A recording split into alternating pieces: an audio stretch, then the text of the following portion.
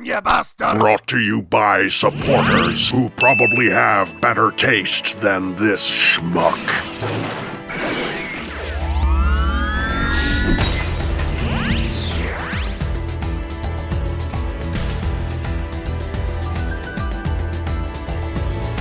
Studio Series 86 core class has largely been unfocused. In fact, Studio Series core class has largely been unfocused. A bunch of them is basically them just throwing things in there that wouldn't fit in Legacy. A bunch of it is just random one-offs from the Bumblebee movie. And then some of it scales with the larger stuff, but it's also very sporadic. One thing people really loved about it was giving us proper versions of Wheelie and Spike, or Daniel. The exosuit. I keep forgetting the actual name of it. I know it has an actual name on the box, but I don't really care. Point is, people wanted proper core class figures of them, and that makes sense. They want something to go with Grimlock and Slew. But does that make them worth it as figures in their own right?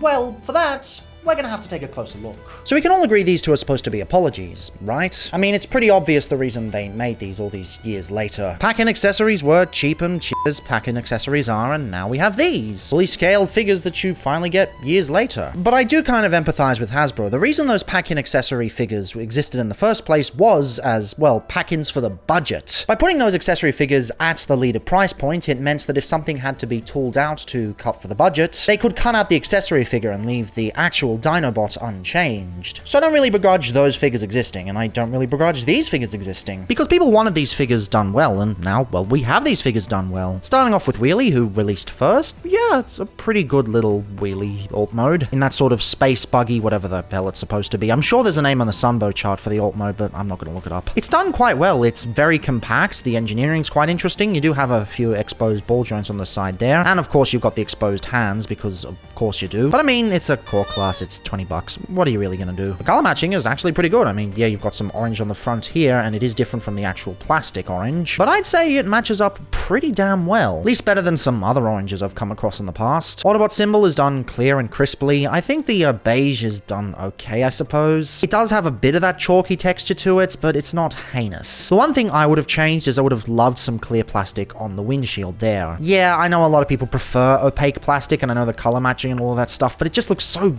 big and bulbous. I know I'm getting ahead of myself, but compare that to how the Titans Return version looks, where it's got that nice black tint and it covers up the head very well and it's just the right shape and it gives it a super premium feel. This doesn't feel like that. This feels like a giant toenail, although I guess that also looks like a giant toenail as well. Though come on, if I can paint my nails kind of prettier than that, then I'm sure Hasbro could. I don't know, the shade just isn't doing it for me. It's not as bad as the light blue that they use for a lot of their Sunbow designs, like the box set from Legacy, but it is still pretty obnoxious. But all in all, I think it's a pretty decent car mode. Now, of course, is it as good as the Titans Return version? No. No, I do not believe it is. I think this one is just way more dynamic in its shaping. It just looks a lot swisher, probably because it takes more liberties from the Sunbow design. It's more modernized, and it fits into that Titans Return aesthetic very well, and I personally prefer that. One of the few times where I think Prime Wars edges out against the War for Cybertron and SS86 and Legacy era. But enough of that. Next up, we have the exosuit. Is it Daniel? Is it Spike? I can't remember what's on the box, so I'm going to use them interchangeably to piss everybody off. This actually turned out pretty well. I know the alt mode is a fairly nonsense alt mode, just kind of scrunching up. I don't believe it was ever designed to be turned into a toy to begin with. Just sort of a throwaway thing for the movie, but it is done very well. I really like the way the helmet works, where it flips sideways to recreate the accuracy there. And now you can do that without actually affecting the head turn. The head turn is a little lever back here that you can do.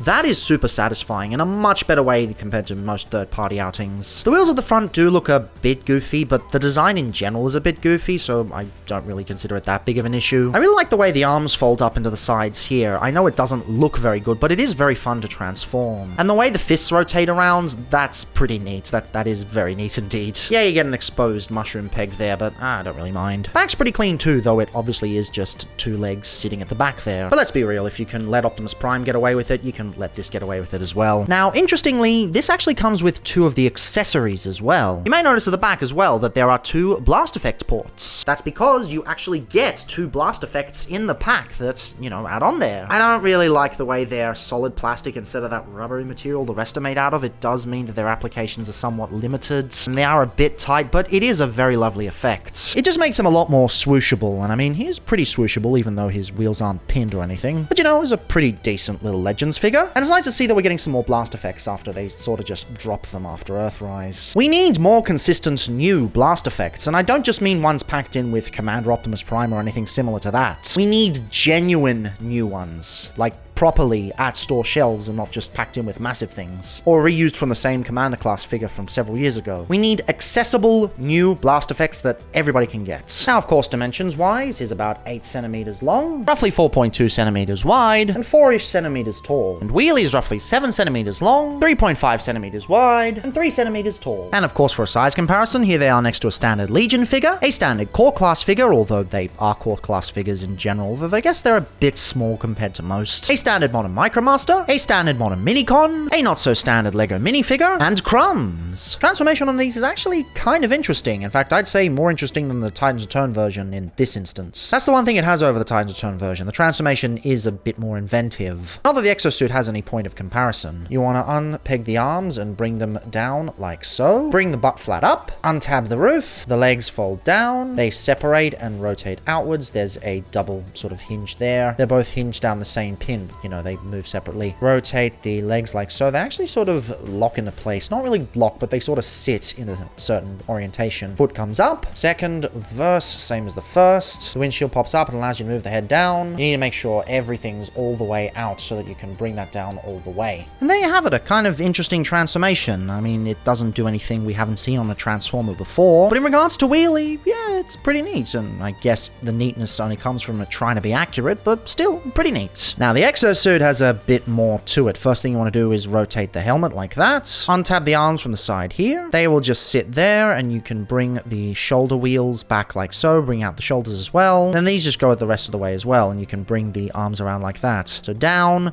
rotate, and backwards. And you bring the fists around like so. Then you bring these sections down, or the thigh specifically, and then you bring the knee joints up, separate, and rotate around. Nothing too crazy, but still a very nice little transformation. And I mean, it definitely beats the Masterpiece. Apparently that thing was rancid. Never messed with it myself, but I've heard the horror stories, and I'm glad this one's okay. In robot mode, you can tell where all the priorities were. They are supposed to be completely toon accurate. And the vehicle modes are where they're the most compromised. I mean, Wheelie has bloody visible fists. But that doesn't make them bad. They are still quite fun. I really like Wheelie's head sculpt. I think it captures the character really damn well. Or I suppose Wheelie damn well. Honestly, I'd say it's better than the Titans Return version, although I do still quite like the Titans Return version. Will say though, the torso is a bit plain. I'm pretty sure it's accurate to the Sunbow design, but I'm just not really a fan of it. Much more a fan of the way the Titans Return version had the break up there. I don't know, there's solutions. You can paint it, you can add toy hats, you can do whatever you like. But it's sort of this big sea of salmon over there, and I'm not really my thing. Everything else looks pretty nice though. You got some nice paint on the shins, and the feet do some nice color break up. Sort of feels like the feet continue from the shin with the way the grey paint works. It's a very nice effect. And I love them hexagons. That's a very nice visual flair. And if that wasn't good enough, you also get an extra accessory as well. Yes, you get a tiny little slingshot, something that the Titans Return version didn't have, although, yeah, there were third-party versions. But it's nice that it comes out of the box, and it's nice that they didn't have to sacrifice too much to get an accessory in there. Though I guess most core class figures do come with their own accessories these days, or they did before core class was cancelled. Now, for some reason, it will not focus on the face, but I'm going to try to show the articulation the best I can. He has a ball-jointed head, upward hinge from the transformation, and a ball joint on top of that. Oh no, look at me, I have trigger-happy shoulders. Not really. Ball-jointed elbows, ball-jointed hips. You can't really make use of those hinges in there. They don't really do anything. Ball-jointed knees, although accessing the thigh swivel is a bit annoying because they sort of just lock into place there, as you can see. And the feet don't really do anything except fall down, but still, it's just fine. It's a Legends figure. What you gonna do? But of course, the moment of truth. Is he compatible with SS86 Grimlock? Now, I don't really have the included pack-in accessory that goes with Grimlock, so I guess I'll just grab some footage that I have lying around if I have any. But that thing was just a piece of shit,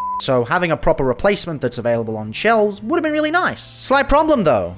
There are no slots for him to peg into. You can sort of balance him maybe up there, but there's just no real way to do it. Which is weird because for some bizarre reason, there are slots on the Titans Return version. Well, I say bizarre, but it's not actually that bizarre. See, those slots are primarily used as stand ports so that you can sit on the back there, but those stand ports happen to be the same size as the slots for the pack and accessory wheelie. So by pure coincidence, the Titans Return version can sit on there, while SS86 wheelie cannot. And so I guess that begs begs the question, which of these is the better wheelie? I still have to give it to the time to turn version. The vehicle mode is better, the transformation isn't that much worse, and the robot mode, sure, the SS86 is better proportioned, but everything else he does better. He also has better articulation, better coloration, at least in my personal opinion. The break up the yellow is just lush. Further away the torso looks, yeah, some of the kibble management isn't as good, but overall, yeah, this is a pretty good wheelie, but he just isn't as good as the time to turn version. That doesn't mean you're wrong for preferring this. I mean, if you're a more accuracy-based collector, this will be a winner for you. It's just for my own personal criteria, yeah, it's just not as good. Again, pretty solid figure, just not as good as the Titans Return version. So obviously we don't have any comparisons for the exosuit aside from the really shitty pack-in figure. Yeah, I don't know where Wheelie is, but I do know where that thing is, and it's just a piece of shit. There's just no contest. This is infinitely better. Right off the bat, it looks pretty damn good. One thing I appreciate is the face swap doesn't look too bad. I mean, it's not great either. It's a bit washed out and a bit simplistic, but considering how hard it is to do human faces, especially on a budget with minimal paint, they've done okay for the price point. I mean, you gotta remember, this is 20 bucks. They're not gonna do a lot here. And of course, the lever at the back is as lovely as it always was. I think that should just be the way that heads rotate in helmets from now on. It's just something that should be incorporated going forwards. Watch them not bother adopting that, though. Unfortunately, it just is the way it is. Now, it is a very weird design overall, but it is brought to life quite well. Torso's done quite well. The little gold highlights and red highlights are done very nicely. Considering the difficulty of doing both yellow and red, the fact that these are done very crisply and they don't look like they're washed out, that's pretty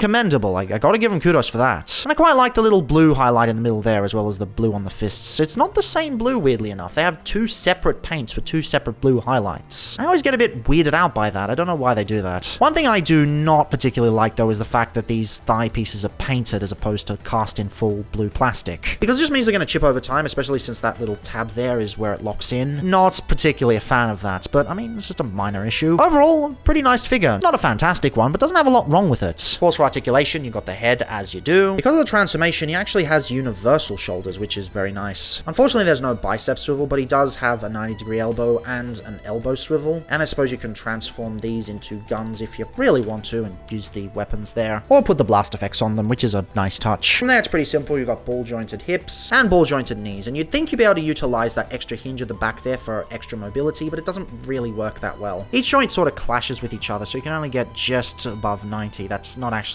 more than 90. The thigh's actually sticking out a bit, so really it should look like that. Unfortunate, but again, core class figure. What the f*** are you gonna do? So yeah, not bad. I mean, they're not fantastic either. There's not so much going for them. They don't have that special spark that really pushes them to be the most amazing figures on the planet, but they're not bad either. They're nice, solid Legends figures, and they're done to a pretty high quality. We're not dealing with first wave SS86 where they just weren't giving a shit. They did actually give a shit here. And I appreciate that because fans were very disappointed with the pack-in figures. And yeah, as I explained, there's a reason those pack-in figures existed, but still, you know, it's nice to see these doing so well. Size-wise, Wheelie is roughly 4.5 centimeters wide and 9 centimeters tall. And for the exosuit, 5.5 centimeters wide. It looks a bit weird because of the way this is positioned. I'm positioning it kind of far in front. And 8.5 centimeters tall. So yeah, technically, Wheelie is half a head taller than this guy, which is kind of funny. Though, of course, Times Return Wheelie towers over all of them. Yes, a lot of figures have shrunken over the years, but it's for a reason. These are a lot denser. I mean, this guy is a lot denser than this guy. Similar plastic quantities, but it's a lot more compact on this. Which is, of course, still fine. I mean, I still think this is a better figure overall. But of course, to finish off, size comparisons with a standard Legion figure, a standard core class figure showing that these are much shorter than most core class figures because they are meant to be small, even in universe, of course. A standard modern Micromaster, a standard modern Minicon, a not so standard Lego minifigure, and of course, Crumbs.